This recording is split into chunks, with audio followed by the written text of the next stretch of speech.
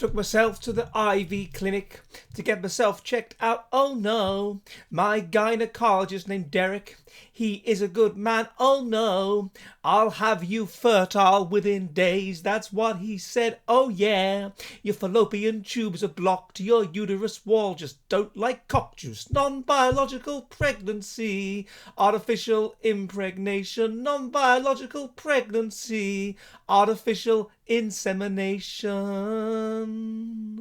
Hello, hello, hello, and welcome to this edition of the Jolly Heretic. Now, today I'd like to talk about something rather serious, actually, and that is the issue of in vitro fertilization, IVF, in vitro fertilization, and the potential damage it could do to the future of humanity. Now, I know it's a very serious issue, and there's perhaps nothing more upsetting for most people than having than infertility, than finding that they are unable to have a child. This is not something to be taken lightly.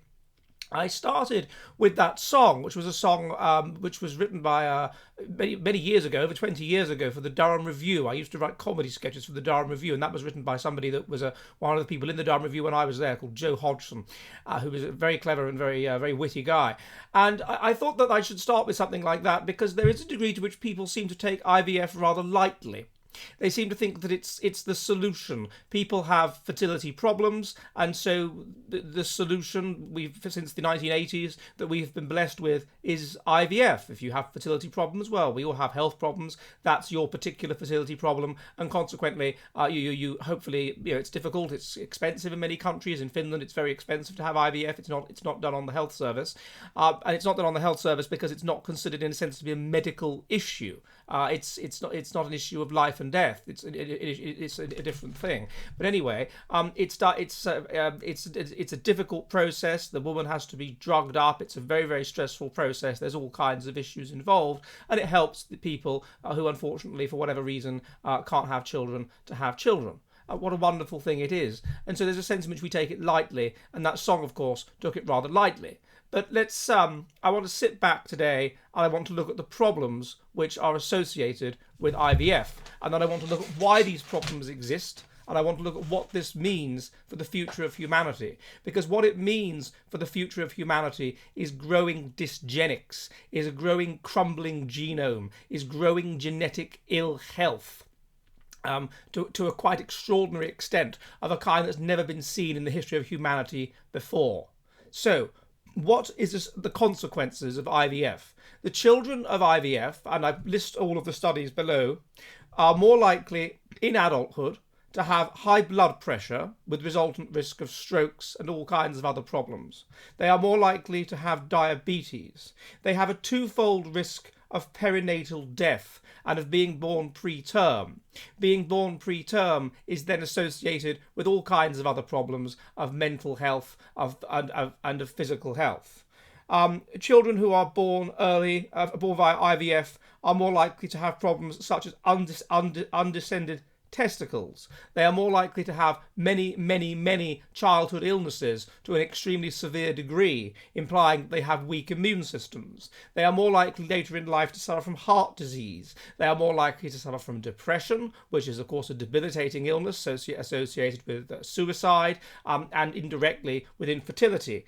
They are more likely to suffer from autism being mind blindness, an inability to understand the feelings of others, and also hypersensitivity to noise and easy stimulation. They are more likely to suffer from behavioural disorders and antisocial behavioural disorders, poor behaviour at school. They are more likely to suffer from ADHD, that's attention deficit hyperactivity disorder, whereby they can't concentrate, they can't sit still, and that sort of thing. They are more likely to have problems such as Tourette's syndrome, which is a neurological problem where you have tics and you can't control them, and so you shout out and make noises. They are more likely to suffer from later in life from leukemia and other kinds of cancer. They are more likely to suffer from a number of other extremely obscure genetic or epigenetic conditions, such as Beckwith-Wiedemann syndrome, which involves overgrowth, massive tongues, things like this, such as Engelmann syndrome, which involves balance problems and mental retardation. And in the most severe case, you have what's called ICSI. This is intra-ectoplastic sperm injection. So this happens when the male sperm is so weak, is so feeble, is so unmodal, just doesn't move around, and you have to actually inject it into the egg, and that's going to cause obviously hereditary infertility. But I'll look at that in a minute. But so you have all kinds of problems that are associated with IVF. Now, where have these problems come from? Well, there was an interesting study, actually, which looked at differences between children that are born via IVF and children that are born via just from parents who are subfertile, have trouble having children, and simply keep trying and keep trying and keep trying until they do. And the interesting thing that was found was that the difference, although there was a clear difference between children born to normal parents that have children easily, there was no clear difference between the children born using IVF on measures such as likelihood of heart problems or high blood pressure or whatever, and the children born normally to subfertile parents. And one of the ways that can happen is if parents who are infertile are given IVF, then it somehow can stimulate the woman in particular, and so therefore they might have a second child via normal means. And what was found is that when that happens, there's no actual significant difference between the two children in terms of these health outcomes. And so what this implies is it's not the nature of IVF, although you might say that at a very early stage of conception, everything should be done in the way nature intended, and any deviation from that is likely to cause problems. That's not actually what is causing the health problems in these IVF offspring. What's causing the health problems is genetic factors, is basically high mutational load. That is causing the problem, because it's both the parents that are subfertile and the parents that have children via IVF. The offspring have the same problems. So what's going on? Well, what's going on is obvious. People should be able to get pregnant, and they should be able to fertilize females in the normal way. If they can't do that, then there's something wrong with them. Now, that can be caused as a consequence of treatment for cancer or whatever, but in general, what it's a reflection of is high mutational load. They have high mutational load. This means they are basically genetically sick. This means that because of that, they can't, they have a low sperm count, or their sperm is slow swimming, or their immune system is overactive in the case of a woman, and so it's impossible to get them pregnant, or they have polycystic ovary syndrome, or they have endometriosis, or whatever other cause there is of infertility in females. This is a reflection of high mutational load. And because they have that example of high mutational load, meaning that they can't get pregnant or they can't impregnate a woman, they have general high mutational load, and so therefore they have other genetic problems, and are likely to pass on these genetic problems to any offspring which they have. And these genetic problems include propensity towards heart disease, towards high blood pressure, towards cancer, towards depression, towards autism, and any other number of problems which are associated with IVF children. So what is happening with these IVF children is you have parents with high mutational load who, under natural conditions, because they have high mutational load, would not be able to conceive, would not be able to have children. They are being permitted or allowed, using this technology, to have children, and therefore they are passing on their high mutational load to the offspring. So it makes sense that the offspring that is born via IVF would have higher mutational load than is the norm among children, and therefore would be more ill than is the norm among normal children that are born normally. So this is what's going on. Now, there's another dimension to this as well, which is that with the females, that's just a case of something wrong with them, so they can't get pregnant, and so they've got high mutational load. With the males, there's an issue which makes this even worse, which is that the nature of IVF is that you take a sperm that is moving and that has a tail and that is normal, and you cause that to render the woman pregnant. Now, but under natural conditions, the man produces 1 billion spermatozoa, and the best possible sperm gets through. Now, we do not have the technology to be able to identify the best possible, the healthiest possible sperm that would get through. The woman, remember, treats the sperm as an enemy agent to be destroyed, to be wiped out, to be killed. And only the best, only the fittest possible sperm gets, carrying the lowest level of mutational load, gets through her defences, gets through her vaginal mucus, gets through everything that is thrown at these sperm in order to destroy them. We do not have the technology to identify which is that 1 in a billion best sperm. So all we can do is just take one of the sperm that looks pretty good, of which there are millions, and impregnate the woman with that. Therefore, statistically, that is likely to be a suboptimal sperm. That is likely to be an unhealthy sperm. And so even if there's nothing wrong with the male genetically, even if it's the woman that has the problem, the woman has endometriosis or something that causes her not to be able to get pregnant, and she has a healthy husband, you are taking a suboptimal, unhealthy sperm from that man. A sperm from that man who may be quite low in mutational load, that will itself be high in mutational load, and you are impregnating the woman with that sperm. So therefore you have these two separate reasons why you would expect offspring that are born using IVF to be genetically unhealthy. And it's made even worse if you use ICSI, which is a process whereby the man's sperm is so bad, of such bad quality, that you take a sperm that is not even moving about. So it's immobile, it's that unhealthy, and therefore you inject it into the egg to make it impregnate it, because it's so unhealthy that it wouldn't normally bother to impregnate it. And in that case, of course, the men that have those kinds of, that problem, that need that treatment, it's been shown, have short fingers, they have very long index fingers, and these are signs of basically low testosterone and congenital infertility.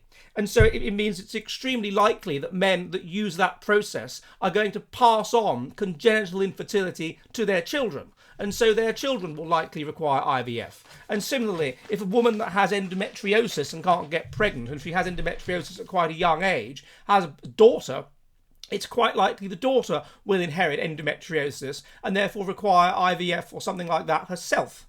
And so by using IVF, we are creating, and that's now about 4% of Western populations that are born using IVF, we are creating basically a caste of genetically unhealthy people, of people who are congenitally mentally sick and congenitally physically sick, and moreover potentially congenitally infertile.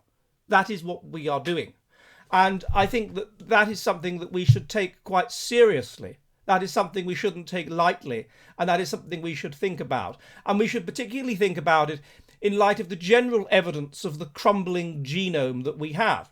We should remember that until 1800 we were under harsh conditions of Darwinian selection, in which 90% of people who were born did not pass on their genes. And it's been shown using computer models that in order to maintain a healthy population, 90% of any population must not pass on its genes.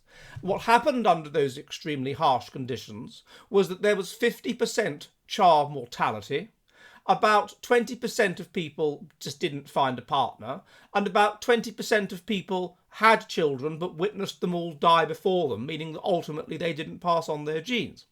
Thus, 90% of people did not pass on their genes. Only the very fittest 10% passed on their genes. That extremely fit 10% were both physically extremely healthy, i.e. they had very strong immune systems. People who are born via IVF, of course, have weak immune systems and are more prone to childhood diseases. They had very strong immune systems, meaning they could fight off childhood disease. And they were mentally extremely healthy as well. They would have been low in mental problems and whatever. And this makes sense because, as I've explained before on this channel, the mind is 84% of the genome. And so if you've got mutations of the body, meaning that you're going to have a poor immune system or you're going to have prone to certain illnesses that are congenital, congenital or whatever, then you will definitely have mutations of the mind. And consistent with this, research has indicated that people that have mutations of the body, these are of the mind, things like depression, autism, whatever, these are comorbid with mutations of the body. And moreover, something like autism is more common the older the father is. So the older your father is, the more likely you are to have autism. And the reason for this is that autism is a manifestation of mutation. And the reason that it's associated with paternal age is that as the man gets older, he produces more de novo mutations on his sperm. And one of the most common is de novo mutations which cause autism. Now, the consequence of all this is that we are becoming a genetically dysgenic, a genetically sick population. And we've got to a point now where child mortality rate in Western countries is not 50%, which is what would be the healthy thing to ensure that we were genetically healthy. It's 1%. And about 80% of people, although this is decreasing because of various social issues, such as left-wing people saying we shouldn't have kids or whatever, but about 80% of people do pass on their genes, rather than a situation where only 10% of people passed on their genes every generation. And so what this means is that we are becoming increasingly genetically unhealthy.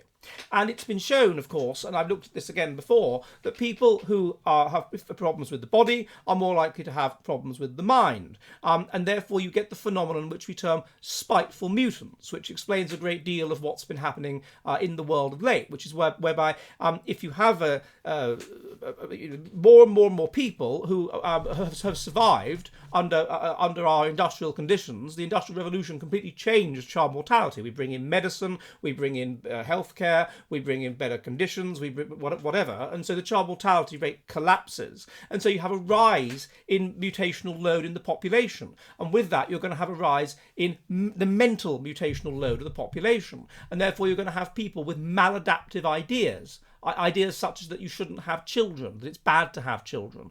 Ideas such as that you should put other groups ahead of your own group, which is bad for you in evolutionary terms.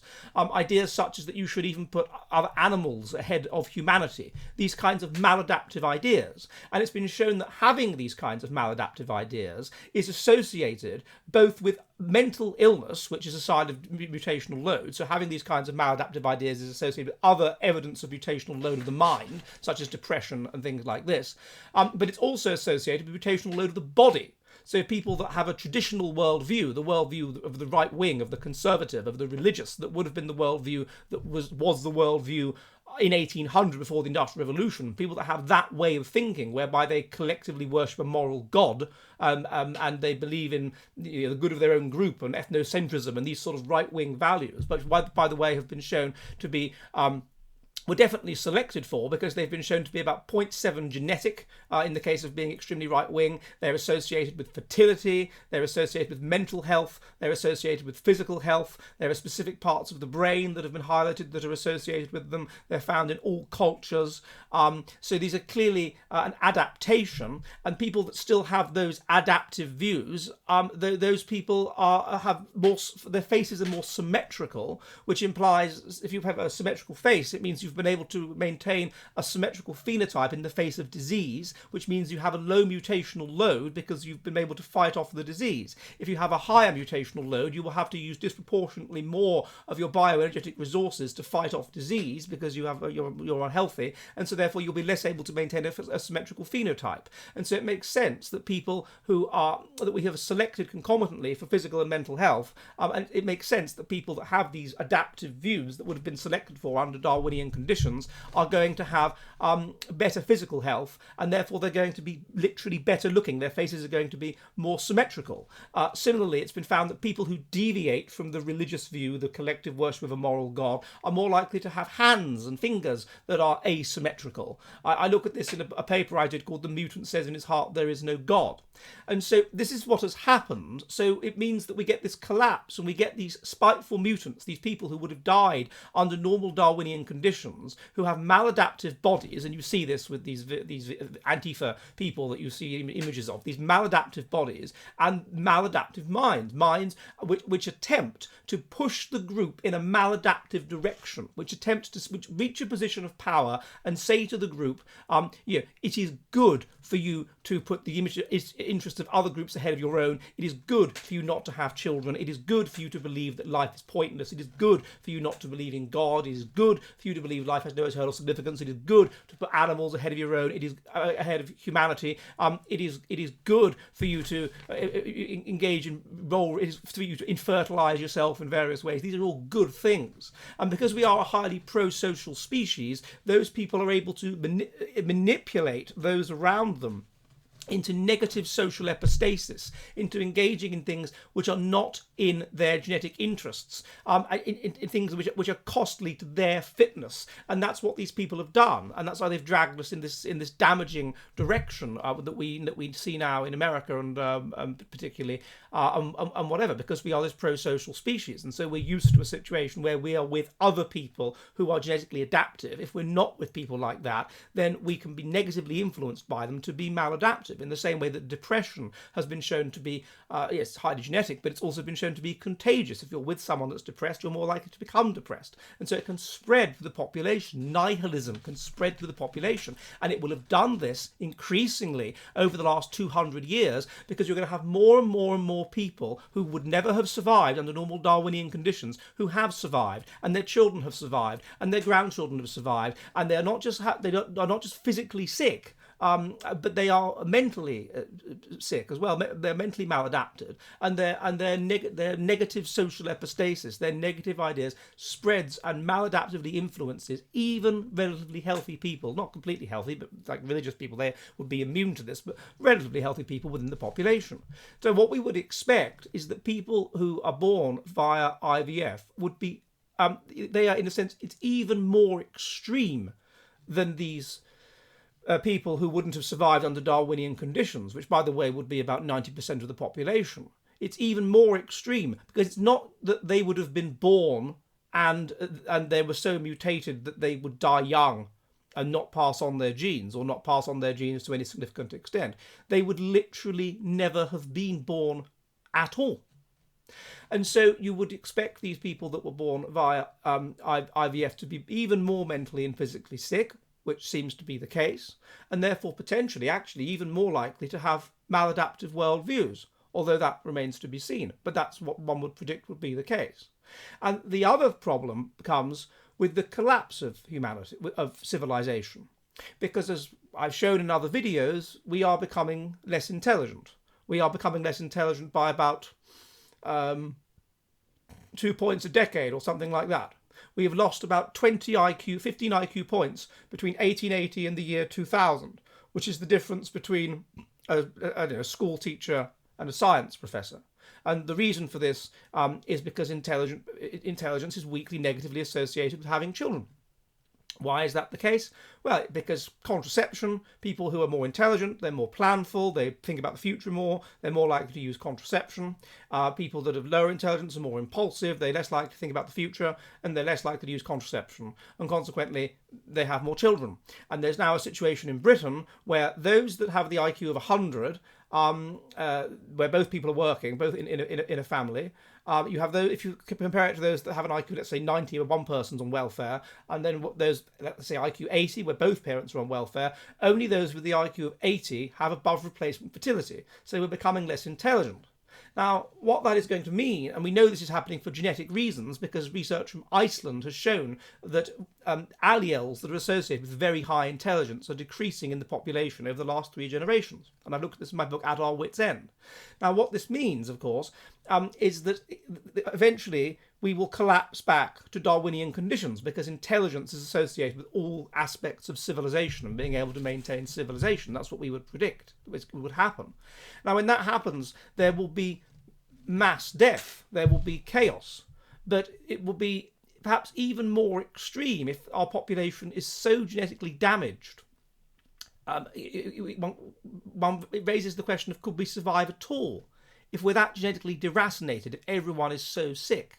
It's a situation that's never occurred before in human history. And IVF simply makes that situation even worse. And so, for all these reasons, I'm very skeptical of IVF. I know people who have had IVF, and indeed I know people, young people, admittedly, who've been born via it. And I appreciate that it's a very difficult and sensitive issue. It must be one of the worst things possible to not be able to have children. But I'm afraid the consequences of it are potentially extremely negative, both for the products of it and for society itself. And for those who can't have children in days of yore would be group selected. Unable to have children, they would invest their energies in the good of society. And it's been shown that societies that are more group selected, that have more people that invest their energies in the good of society rather than in their own offspring, are more likely to survive in the battle of group selection. That's been demonstrated using computer models. So that might be something that's worth thinking about. But certainly, I was asked to do a video on this, and I felt it best to bring together all the information. There are serious potential negative side effects to IVF, and one of them is simply a future where more and more and more people are very, very genetically sick and are highly infertile. And so consequently, I'm not so sure that IVF is a particularly good idea. Well, I hope you've enjoyed this video, and if you have, then please feel free to please subscribe. Please watch me. I'm on Mondays and Thursdays at 7 p.m. UK time. I live stream 2 p.m. New York. If you want to support the channel, you can do so in the means you will see below. And I will see you soon. And goodbye!